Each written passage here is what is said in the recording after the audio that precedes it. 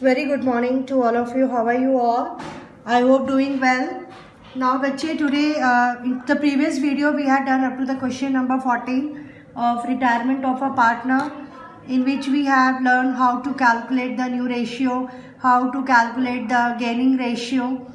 Gaining ratio का formula क्या है बेटा, एक बार रिवाइज कर लेते हैं हम. Gaining ratio is equals to new share minus old share. अगर हम न्यू शेयर में से ओल्ड शेयर को माइनस कर देते हैं तो what we get the gaining share of the continuing partners. So today we will start the new topic, that is treatment of goodwill. How we will treat the goodwill at the time of a retirement of a partner. You know that जब partner retire हो रहा है तो उसका जो भी reserves हैं, profits हैं, एक्यूमुलेटेड प्रॉफिट्स हैं, लॉसेस हैं, तो सेम एडमिशन की तरह हम जब पार्टनर रिटायर होता है तो जो भी हमारे पास रिजर्व्स होते हैं वो सारे रिजर्व्स हम पार्टनर्स में डिस्ट्रीब्यूट कर देते हैं, प्रॉफिट्स डिस्ट्रीब्यूट कर देते हैं, जो भी एक्यूमुलेटेड लॉसेस हैं वो हम पार्टनर्स की कैपिटल अकाउंट से डेबिट कर देते हैं. नाउ एडमिशन में जब नया पार्टनर आता था तो हम गुडविल कैलकुलेट करते थे at the time of admission of new partner, so that कि न्यू पार्टनर अपना फ्यूचर में प्रॉफिट में शेयर लेने के लिए he has to bring his share of capital and his share of goodwill to get share in future profits. तो same here also, जब partner retire होगा तो पार्टनर रिटायर हो रहा है तो आज की तारीख में जो गुडविल है उसमें रिटायरिंग पार्टनर का भी शेयर होता है, क्योंकि उसका कंट्रीब्यूशन है, उसका हार्डवर्क है. So it mean he should also get his share of goodwill eight the time of retirement of a partner. तो इसकी हम ट्रीटमेंट कैसे करेंगे? So see here, I have written here, when an existing partner of a firm decides to retire from the business, the continuing partners will gain in future profits. Natural सी बात है बेटा, अगर पार्टनर रिटायर हो रहा है तो उसके जाने के बाद जो कंटिन्यूइंग पार्टनर्स हैं वो रिटायरिंग पार्टनर का शेयर गेन कर लेते हैं. रिटायरिंग पार्टनर का शेयर कंटिन्यूइंग पार्टनर्स में डिवाइड हो जाता है. तो इट मीन्स जो पार्टनर फ्यूचर में कंटिन्यू करेंगे उनका शेयर आने वाले टाइम में बढ़ जाता है.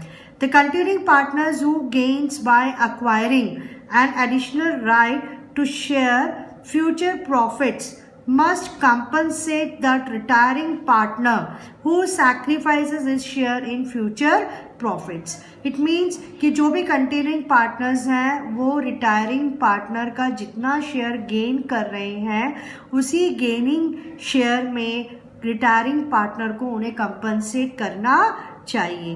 The amount of compensation will be equal to proportionate amount of firm's goodwill.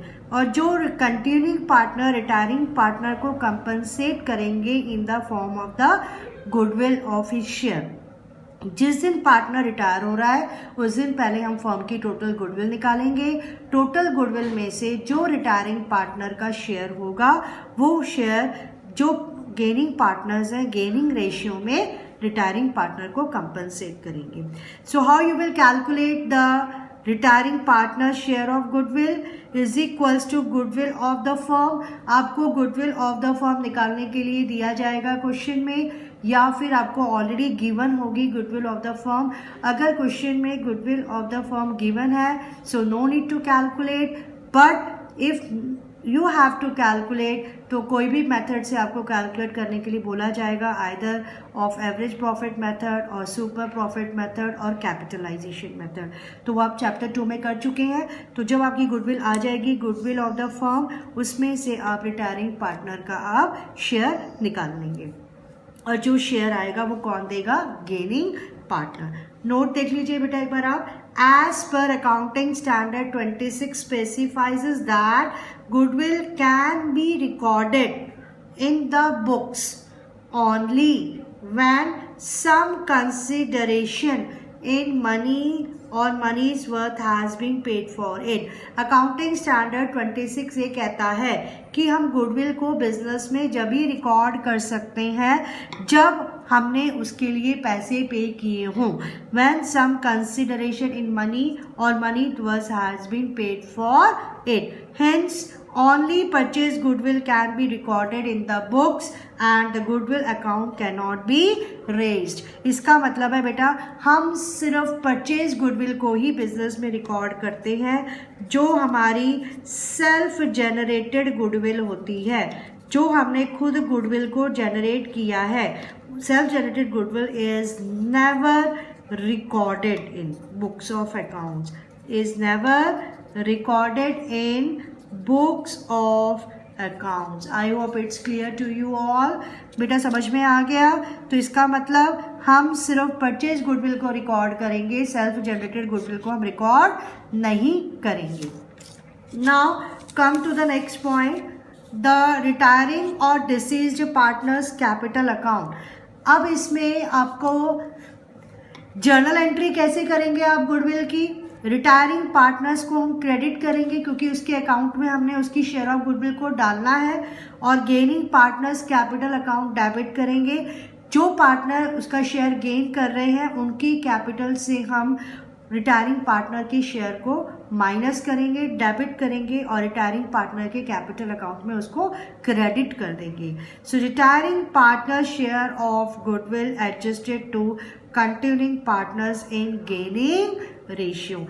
जो मान लो 3 पार्टनर है ए, बी और सी, अगर ए गेन कर रहा है, सी रिटायर हो रहा है और सी का सारा शेयर ए का ले रहा है, तो इसका मतलब हमारी एंट्री क्या बनेगी? A capital to C. It means A gain कर रहा है तो सारा शेयर जो सी का होगा वो कौन देगा? ए देगा, बी कम नहीं देगा क्योंकि बी उसका शेयर कुछ भी उसके शेयर से गेन नहीं कर रहा।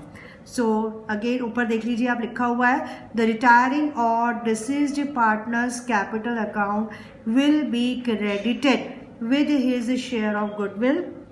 रिटायरिंग पार्टनर्स के कैपिटल अकाउंट को हम क्रेडिट करेंगे उसकी शेयर ऑफ गुडविल से, and continuing partners capital accounts will be debited in the gaining ratio. और जो गेनिंग पार्टनर्स कैपिटल है उनके शेयर को उनको हम डेबिट करेंगे।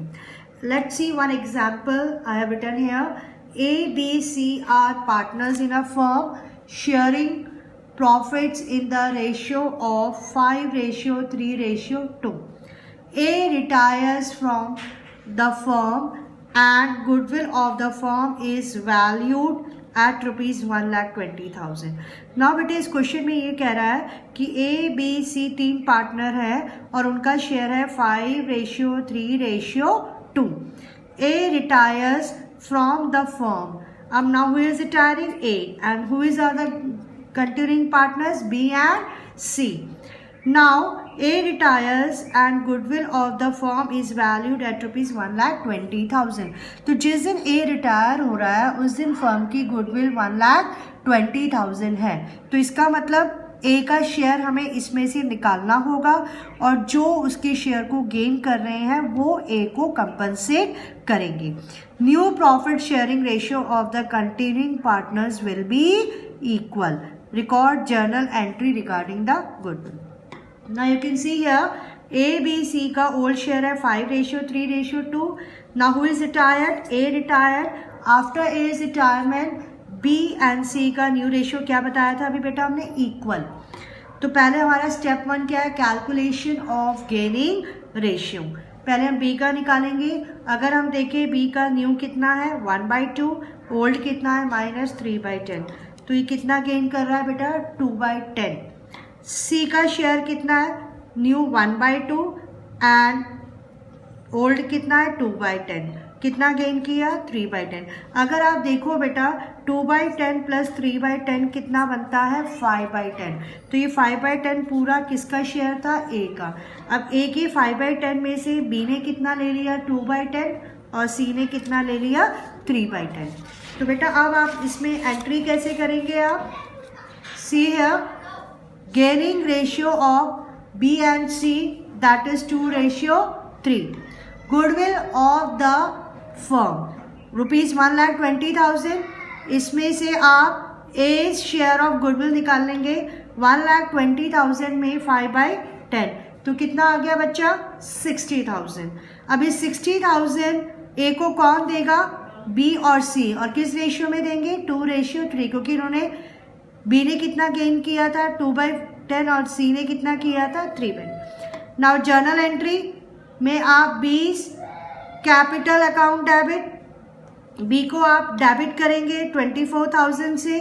कैसे निकाला है 24,000, उसकी गुडविल कितनी है 60 में बी का शेयर कितना है बच्चा 2/5, तो इसका मतलब बी कितना देगा 24,000। सी का शेयर है, कैसे निकालोगे, सी ने कितना गेन किया उसका शेयर 3/5, तो वो कितना कंपनसेट करेगा 3/5, 60,000 का 3/5 दैट इज ₹36,000, और ए को मिल जाएगा 60,000। Now next case 2, if the share of continuing partners become lesser after retirement, इसका मतलब है कि अगर कोई कंटिन्यूइंग पार्टनर में से भी अगर किसी पार्टनर का शेयर कम हो रहा है तो उसको भी रिटायरिंग पार्टनर की तरह क्रेडिट करेंगे। Sometimes at the time of retirement as per new ratio, some of the remaining partners share may be lost. अगर एक पार्टनर के रिटायर होने के बाद अगर किसी कंटिन्यूइंग पार्टनर का शेयर कम हो जाता है, in such a case such remaining partners capital account will also be credited for the share lost by him. तो जो उसका शेयर लॉस्ट हुआ है, कम हो गया है न्यू रेशियो की वजह से, तो उसको भी हम रिटायरिंग पार्टनर की तरह नीचे ले लेंगे। तो इसमें हमारी जर्नल एंट्री क्या बनेगी, gaining partners capital account debit to retiring partners capital account to sacrificing partners capital account. Sacrificing कौन, जो पार्टनर आगे कंटिन्यू कर रहा है बिजनेस में, लेकिन because of the change in the new ratio his share has become less than the previous one, तो इसकी वजह से उसको भी हम क्रेडिट करेंगे। तो रिटायरिंग पार्टनर का हम जो टोटल गुडविल होगी उसका शेयर निकालेंगे। सेम सैक्रिफाइसिंग पार्टनर का भी total goodwill of the firm में से जितना उसने सैक्रिफाइस किया है उतना उसका शेयर निकालेंगे, और इन दोनों को कौन कंपनसेट करेगा, गेनिंग पार्टनर, जो पार्टनर गेन कर रहा है। I hope it's clear to you all, समझ में आ गया बेटा। Now come to the third point बच्चे। थर्ड पॉइंट है आपका sometimes goodwill already appears in the books of the firm at the time of retirement। इसका मतलब है जैसे एडमिशन के टाइम में हमारी गुडविल एग्जिस्टेड होती थी तो उसको हम राइट ऑफ करते थे, तो उसकी एंट्री क्या होती थी बेटा, old partners capital account debit to goodwill, means old goodwill should be written off among the old partners in old ratio. तो सेम हेयर ऑल्सो, यहाँ पर भी अगर ओल्ड गुडविल दी हुई है तो यहाँ पर भी हम वही फॉर्मूला यूज़ करेंगे। ओल्ड की जगह हम यहाँ लिखेंगे all partners capital account debit to goodwill. All का मतलब है जो पार्टनर रिटायर हो रहा है उसको भी आपने शेयर राइट ऑफ करना है। तो being existing goodwill return of in old ratio. Sometimes goodwill may be existing in the books of the firm.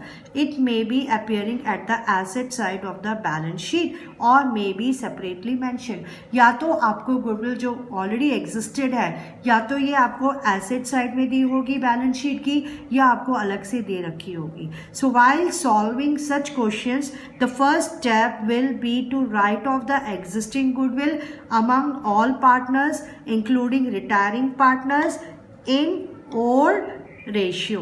Then the retiring partner share of goodwill is ascertain.